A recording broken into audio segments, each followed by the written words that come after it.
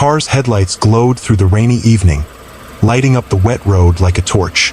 James Carter slowed his old blue Ford, staring at something strange on the A38 near Bristol. A woman in a sparkly silver party dress walked along the muddy edge, holding shiny high heels in one hand. Her hair was wet and messy, sticking to her face like a wet string. The dress was fancy, but its bottom was torn, dragging through puddles and caked with mud. James didn't usually stop for strangers. Life had taught him to stay out of trouble. But the way she walked, like she was running from something scary, made him hit the brakes. He rolled down his window, and the cool, damp air rushed in, smelling like wet grass. "Are you okay? Want a ride?" he asked in a kind voice. James was driving home from a school meeting in Clifton about his 8-year-old daughter, Lily. Her teacher, Miss Brown, had said Lily was very quiet lately, and James was still thinking about it, his heart heavy. The roads around Bristol were ones he knew well, lined with little stone houses and big sycamore trees, their leaves dripping with rain. Tonight felt different, though. The rain was heavier than the radio had said, turning the ground into a slippery mess. This woman in her sparkly dress seemed to pop out of the misty air like a ghost. She looked up, her eyes shining with bravery and worry in the glow of his headlights. Even in the dim light, she looked pretty, like someone who shopped at fancy stores in Cabot Circus. But there was something sad in her face, like the way James felt after his wife, Emma, passed away 2 years ago. "I'm fine," she said, her voice soft and posh, like people who live in big houses in London. "Just walking." James put his car in park, the engine humming softly. "In that dress, in the rain on this road?" he asked, raising an eyebrow. A tiny smile appeared on her face, then vanished like a flickering candle. "It sounds silly when you say it like that," she said. He looked at her, seeing how she stood tall but shook a little, like she was cold and scared. "I don't know what happened, but you'll get sick out here. No tricks, no questions. Just a warm car and a ride somewhere safe." She glanced back down the road, like she thought someone was chasing her. Her dress, probably worth more than his old car, was wet and dirty, its sparkles twinkling like stars in the rain. "I don't know where I'm going," she said, her voice so quiet it was almost lost in the rain's patter. James leaned over and opened the passenger door, the hinges creaking. "That's okay. Sometimes that's where the best adventures start." Sophie Wells, she didn't tell him her name for a while, slipped into the car, moving like someone used to people watching her. She clicked the seatbelt over her big, shiny dress, which looked funny next to the car's worn seats that smelled faintly of coffee and crayons. "I'm James," he said, driving back onto the road, the tires splashing through puddles. "Sophie," she said after a moment, her voice small like a whisper. "Thanks." They drove quietly. The only sounds were the rain tapping the windows like tiny fingers and the heater's soft hum trying to warm the damp air. James glanced at her, trying to guess her story. That fancy dress wasn't something you'd buy for fun. She seemed rich, like people who lived in big houses in Clifton with gardens and gates. But she looked like she might cry, like she was carrying something heavy in her heart. "Are you cold?" he asked, seeing her shiver a little. "A little," she said. He reached into the back seat and grabbed a soft fleece blanket Lily always left in the car. "It's not fancy, but it's cozy," he said, handing it to her. Sophie took it and wrapped it around her shoulders. It was funny, her sparkly dress covered by a blanket with cartoon fish swimming across it. She saw him looking and gave a small smile. "I must look so weird," she said. "You look like you had a really bad night," James said kindly. "And that's okay. Everyone has bad nights." His words made her look at him more closely, her eyes curious. "You sound like you've had some too," she said softly. They reached the edge of Bristol, where big houses with tall chimneys turned into smaller ones with ivy climbing the walls. James realized he was driving without a plan, not wanting this strange moment to end. His house was close, a cozy home in Redland with big windows that Emma had loved. It was too big for just him and Lily now, but selling it felt like letting go of Emma's memory. "Where do you want to go?" he asked, his voice gentle. Sophie twisted the blanket in her hands, her fingers nervous. "I don't have a place," she said. "My flat in London. I gave it up when I moved in with—" She pointed at her dress, like it told her whole story. "And my parents? They're why I'm in this mess." James made a quick decision that surprised him. "I have an extra room. Simple, but it's warm and safe. You can think about what's next tomorrow." "You don't know me," she said, her eyes wide. "I could be in trouble." "Maybe," he said with a small smile. "But I don't think so. You're just lost right now. I know how that feels."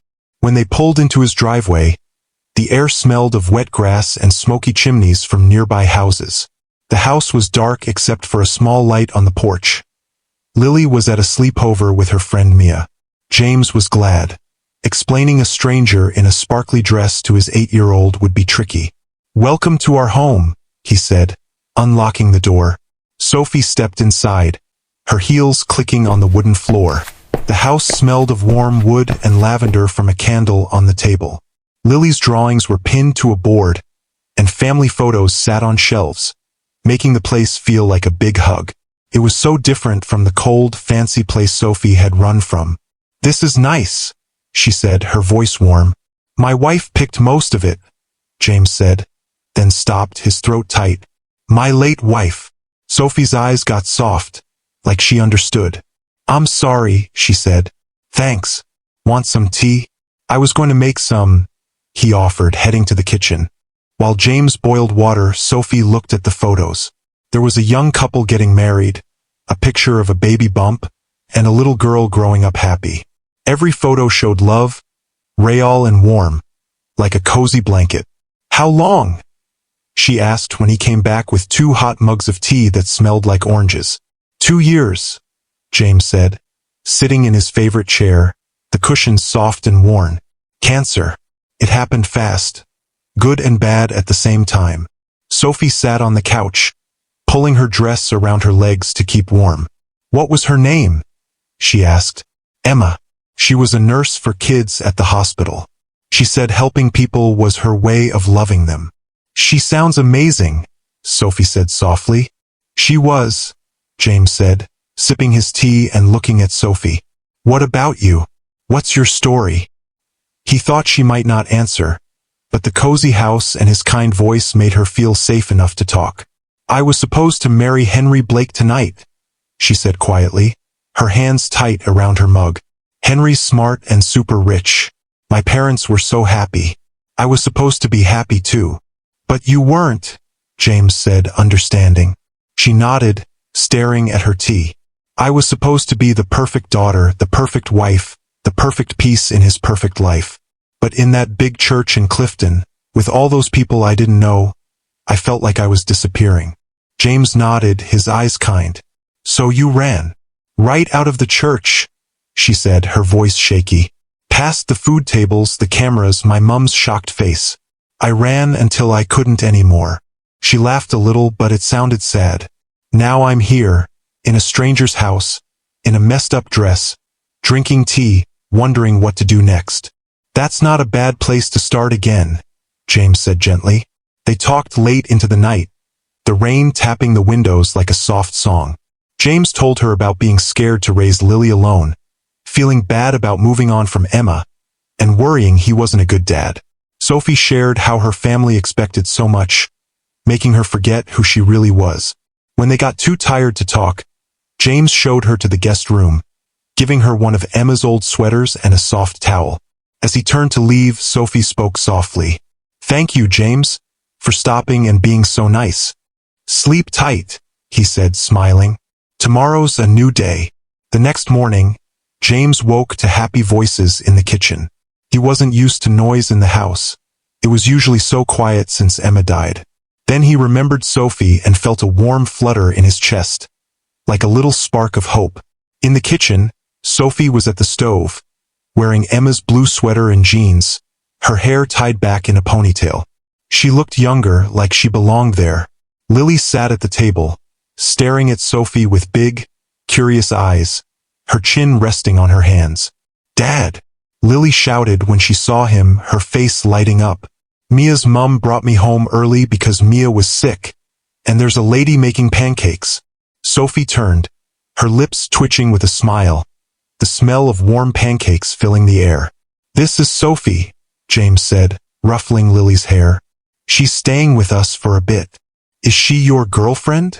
Lily asked, her eyes wide and her voice bold. Lily, James said gently, his cheeks a little pink. It's okay, Sophie said, kneeling to look at Lily. I'm just a friend who needed help. Your dad was really kind. He's good at helping, Lily said, like it was the most obvious thing. He helped me when Mummy died. James felt his throat get tight.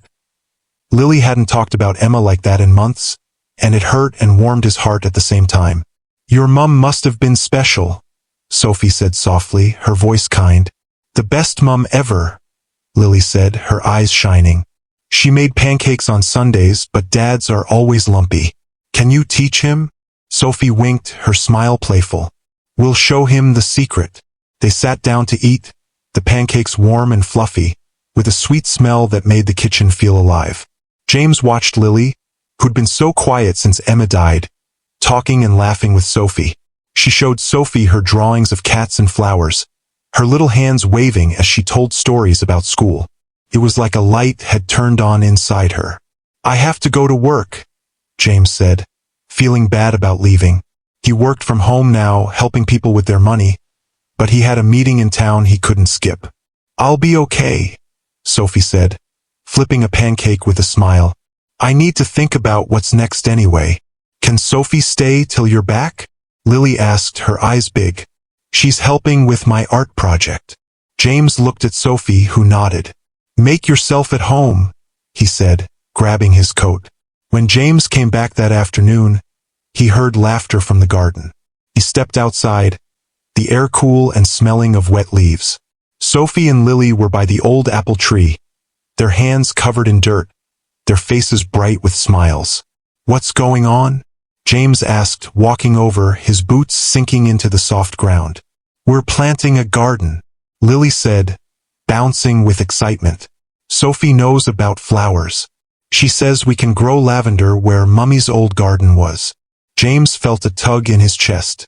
Emma's garden had been her favorite place, full of roses and herbs, but he'd let it grow wild after she died. It was too hard to touch it. That's a big plan, he said, his voice careful. The best things are big, Sophie said, her eyes meeting his, sparkling like the rain on the grass. But we're just dreaming for now.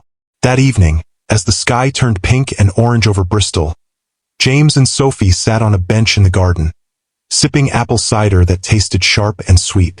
The garden was just a patch of dirt now, but it felt full of promise, like a seed waiting to grow. Fireflies danced in the dusk, tiny lights flickering. Thank you for today, James said. Lily hasn't been this happy in a long time. She's such a great kid, Sophie said, her voice warm. She misses her mum, but she's so strong. I worry I'm not enough for her, though. Emma knew how to handle everything, her feelings, her questions. I'm just guessing most days.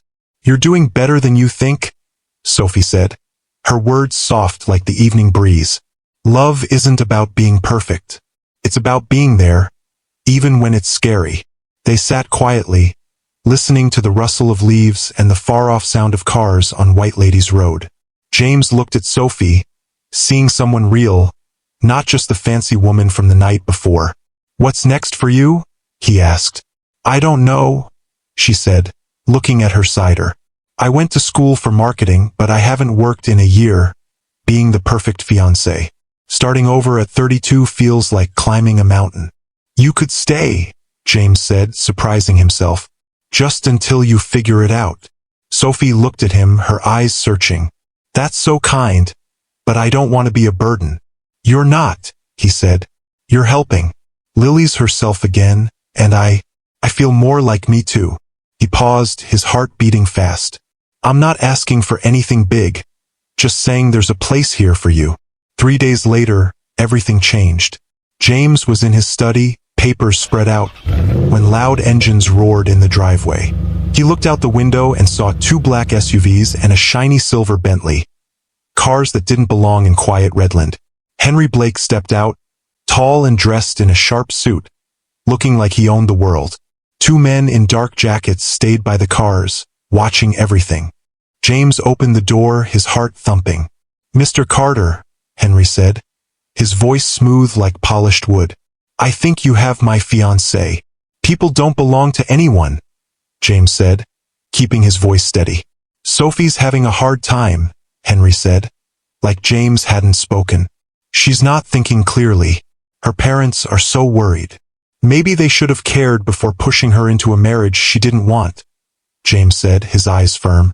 Henry's smile was sharp, like a knife. "You don't get it. Sophie has responsibilities, a place in our world. She can't just run away because she's scared." "It's not about being scared," James said. "It's about not wanting to lose herself." Henry's eyes got cold. "And you're the expert? A dad raising a kid alone in a house you can't afford? What can you give someone like Sophie?" James felt angry but kept his voice calm. "A chance to choose her own life." "Sophie," Henry called into the house, his voice loud. "Come out. We need to talk." Sophie walked into the hallway, Lily behind her, her face pale but strong. "Hello, Henry," she said, her voice steady. "Thank goodness," Henry said, stepping closer. "This silliness stops now. We'll fix everything." "There's nothing to fix," Sophie said, stepping into the light, her chin high. "Everything was perfect, and it was choking me." "You're being silly," Henry said, his voice sharp. "You're not a kid. We had a life planned." "You had a life planned," Sophie said, her eyes flashing. "I was just supposed to follow." Henry's face got hard. "I gave you everything, a fancy flat, money, a big life. What else do you want?" "I want to be me," Sophie said quietly, her voice strong. "Not just a pretty thing for your perfect life." "This is nonsense," Henry snapped. "You're coming home now, and we'll sort this out like grown-ups." "No," Sophie said firmly, standing tall. "I'm not." James stepped beside her, his voice calm but strong. "I think you should go." Henry's eyes narrowed, looking from James to Sophie. "I see what's going on. You think you can play family with my fiancée? She has no money of her own. Her family controls it all. Without me, she's nothing." "Then it's good I don't care about your money," Sophie said, her hands shaking but her voice steady. "You'll come back," Henry said, his voice cold as ice. "When you see what you've lost, you'll beg to return. And I might not let you." He turned and left, his fancy cars roaring away into the rain. After Henry left, the house felt too quiet, like the air was holding its breath. Lily went to her room, upset by the loud man. Sophie stood in the living room, hugging herself, looking small but not broken. "Are you okay?" James asked, his voice soft like a warm blanket. "I don't know," Sophie said, her eyes on the floor. "He's right about the money. I've lived off my parents and him for so long. I don't know if I can take care of myself." "You're stronger than you think," James said, stepping closer. "And you're not alone." "Why are you helping me?" she asked, looking up at him. "You don't even know me." James thought for a moment, his heart full. "When Emma was sick, she made me promise something. She said if I could help someone find their way, I should. She said that's what love is, helping someone be who they're meant to be." Sophie's eyes got wet with tears. "She sounds so special," she said. "She was," James said, smiling sadly. "And she'd have liked you." That night, James found Sophie in the kitchen, looking out at the rainy garden. She wore Emma's sweater again, her hair loose and soft. The garden was dark, but the wet dirt smelled fresh, like new beginnings. "Can't sleep?" James asked, standing beside her. "Too much thinking," she said, her voice quiet. "I keep wondering what to do. I went to school for marketing, but I haven't worked in a year.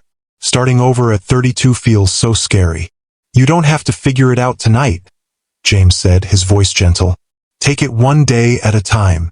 "Is that how you got through losing Emma?" she asked.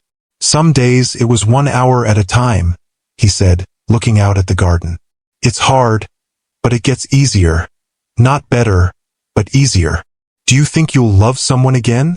Sophie asked, her voice soft like the rain. James felt his heart squeeze, but for the first time, it didn't hurt as much. I didn't think I could, he said. But maybe love isn't about forgetting what you lost. Maybe it's about making room for something new. Sophie's eyes were shiny with tears. I'm not asking for anything, James said quickly. I just want you to know you're not alone. The next morning, Lily ran into the kitchen, holding a drawing tightly in her small hands. I finished it, she shouted, showing a picture of James, Sophie, and herself standing in front of their house, the garden full of purple flowers. At the bottom, in her careful writing, she wrote, My family. Sophie's eyes got wet as she looked at the drawing. She wasn't trying to take Emma's place. She was just part of something real and warm. Can we put it in the fridge? Lily asked, bouncing on her toes. Of course, James said, pinning it next to Lily's other drawings and family photos, the paper bright against the fridge's silver door. I have something to say, Sophie said, her voice strong and sure. James and Lily looked at her, waiting. I've been thinking about what Lily said about families growing, she said, and I want to grow with yours if you'll let me. James's smile was big and bright, like the sun coming out after rain. Are you sure? He asked. I'm sure, Sophie said, her eyes shining. I want to plant gardens with you, listen to Lily's stories and build something real. I want to choose this life because I love it. Lily squealed and hugged Sophie, almost knocking her over. James wrapped his arms around both of them, and they stood there in the kitchen, surrounded by drawings, tea mugs, and the smell of pancakes. Outside, the garden they'd started was taking root, the dirt soft and ready for flowers. Inside, 3 people who'd all felt sad and alone had found each other. They weren't a fairy tale. They were something better, a real family growing together with love. A few weeks later, Sophie and Lily were in the garden again, planting lavender seeds in the soft earth. The rain had stopped, and the air smelled fresh, like hope. Sophie had found a job helping a small shop in Bristol with their signs and ads. It wasn't fancy, but it made her feel strong, like she could stand on her own. Lily called Sophie by her name, but she treated her like family, sharing stories and asking her to help with homework. James watched them, seeing Lily smile like she used to before Emma died. One evening, as they worked in the garden, Lily looked up at James. Dad, are you and Sophie going to get married? She asked, her voice curious. James looked at Sophie, who was planting flowers, her hands covered in dirt. Why do you ask? He said, smiling. Mia's mum got married again, and Mia was scared. But her new dad is nice, and now she has a bigger family, Lily said. How do you feel about Sophie being here? James asked, his voice gentle. I like her, Lily said, thinking hard. She doesn't try to be mummy, but she's not afraid of mummy either. She asks about her and listens to my stories. And she makes you happy. She makes me happy too, James said, his heart full. Then you should marry her, Lily said, like it was simple. But ask her first. That night, after Lily was asleep, James found Sophie on the garden bench, looking at the stars. The garden was starting to grow, with little green sprouts poking through the dirt. Lily asked if we're getting married, James said, sitting beside her, the bench creaking softly. What did you say? Sophie asked, turning to him, her eyes curious. I said I haven't asked you yet, he said, his voice soft. Sophie, I know it's complicated. You're still finding yourself, and I don't want to push you. What are you saying? She asked, her voice quiet like the night. I'm saying I love you, James said simply. I love how you plant our garden. I love how you listen to Lily's stories about Emma. I love that you're brave enough to start over. I love you. I love you too, Sophie whispered, her eyes shiny. But I'm scared of messing up again. This isn't a mistake, James said gently. It's about choosing to build something together, one day at a time. What if I'm not ready? She asked. Then we wait, he said. I'm not going anywhere,